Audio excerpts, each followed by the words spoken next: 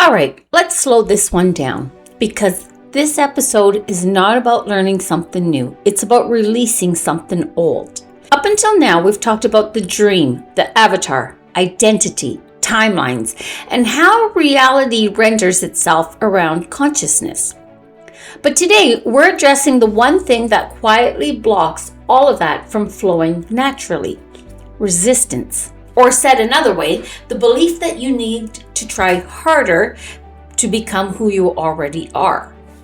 Alan Watts spoke about surrender constantly, but it was often misunderstood as passivity, giving up, or losing control.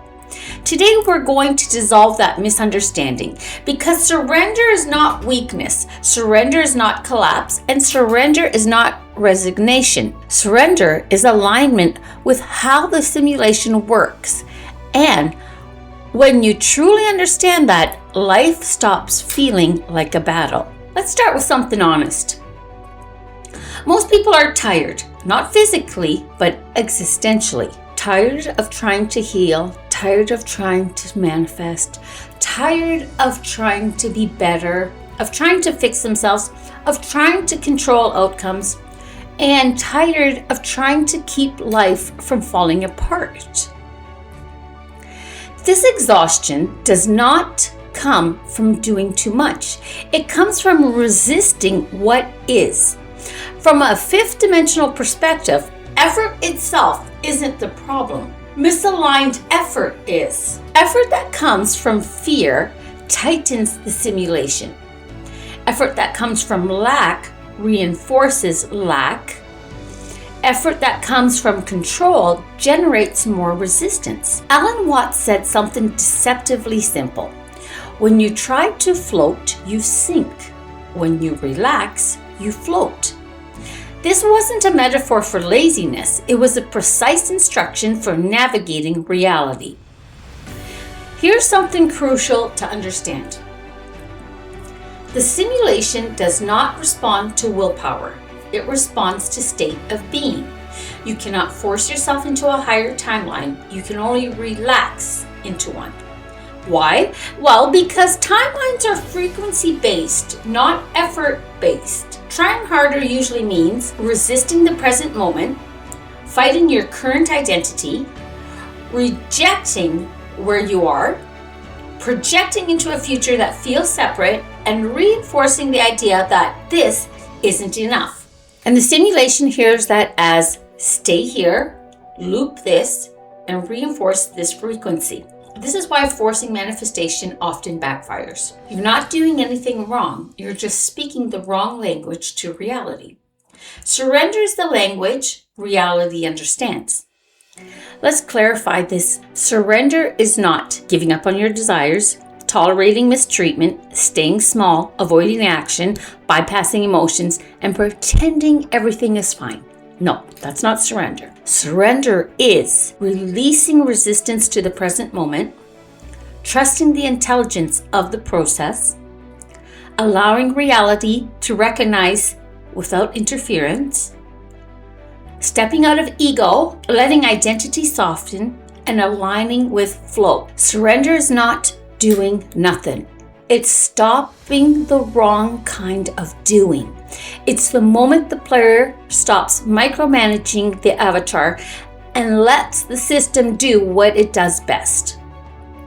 So, if surrender is so powerful, why does it feel terrifying? Because the ego equates control with safety. The avatar believes, if I let go, something bad will happen. If I stop trying, I'll lose everything. If I relax, I'll fall behind. If I surrender, I'll disappear. But this fear comes from misunderstanding who you are. The ego thinks it's alone. The soul knows it's supported. Surrender feels like death to the false self because it is the end of an illusion. But to the true self, surrender feels like relief, like exhale, like finally putting something heavy down. Okay? And here's the paradox Alan Watts loves pointing to. The moment you stop trying to control life, life starts working with you. When you let go of forcing, clarity arises, timing improves, synchronicities increase, intuition sharpens, effort becomes effective, actions feel guided and resistance dissolves. Why? Because control blocks information. Surrender opens the channel. When you're gripping outcomes, you can hear guidance. When you release the grip, intelligence flows. This is not mystical, it's mechanical. Let's connect back to episode 4. Remember, timelines shift when identity shifts, and identity softens when resistance drops. Surrender is the fastest timeline shift mechanism there is. Not because it makes things happen, but because it removes what was preventing them. When you surrender, emotional charge releases, nervous system relaxes, identity loosens, frequency stabilizes, and reality recalibrates. The simulation updates automatically. You don't need to chase the new timeline. You stop feeding the old one. This is important. Surrender is not blind trust. It's informed alignment. You are not surrendering to chaos. You are surrendering to a system that already knows how to organize itself. Your body knows how to heal. Your breath knows how to breathe. Your heart knows how to beat. Your intuition knows how to guide. And your consciousness knows how to evolve. You don't interfere with these processes. You allow them. Surrender is remembering that life is not random. It's intelligent, and you are a part of that intelligence. Let's make this real. Surrender is not a concept. It's a moment-by-moment practice. Here's what it looks like. You notice tension, you soften. You feel fear, you stay present. You want control, you pause. You feel urgency, you slow down. You don't know, you allow not knowing. You feel loss, you stop forcing direction. Surrender sounds like, I don't need to solve this right now. I don't need to know the outcome. I trust the process unfolding. I release resistance to this moment. I allow guidance to show me the next step. Not the whole path, just the next step. And here's what no one tells you. Life has been waiting for you to stop fighting it. The moment you surrender, life rushes in. Not dramatically, not magically, but precisely. Doors open, timing improves, energy returns, things fall into place. You feel supported again. Not because you earned it, but because you stopped blocking it. This is the hidden power Alan Watts was pointing toward. When you stop trying to swim upstream, you discover the current was carrying you all along. The ego wants control. The soul wants coherence. When you surrender, you're not giving your power away. You're giving it back to the part of you that actually knows how this works. You stop identifying as the anxious manager of life and return to being the conscious participant in it. This is not collapse, this is mastery. Letting go is not the end of effort.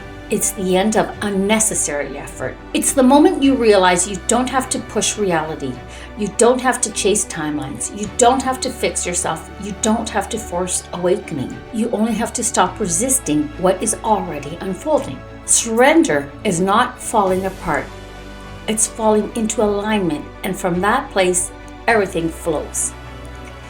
In our next episode, we're going to explore something quietly radical. The rhythm of existence, how life moves when you stop interfering with the dance. This is where intuition replaces effort, flow replaces force, and living becomes art. Until then, my friends, thank you for joining me, and thank you for going on this journey of remembrance.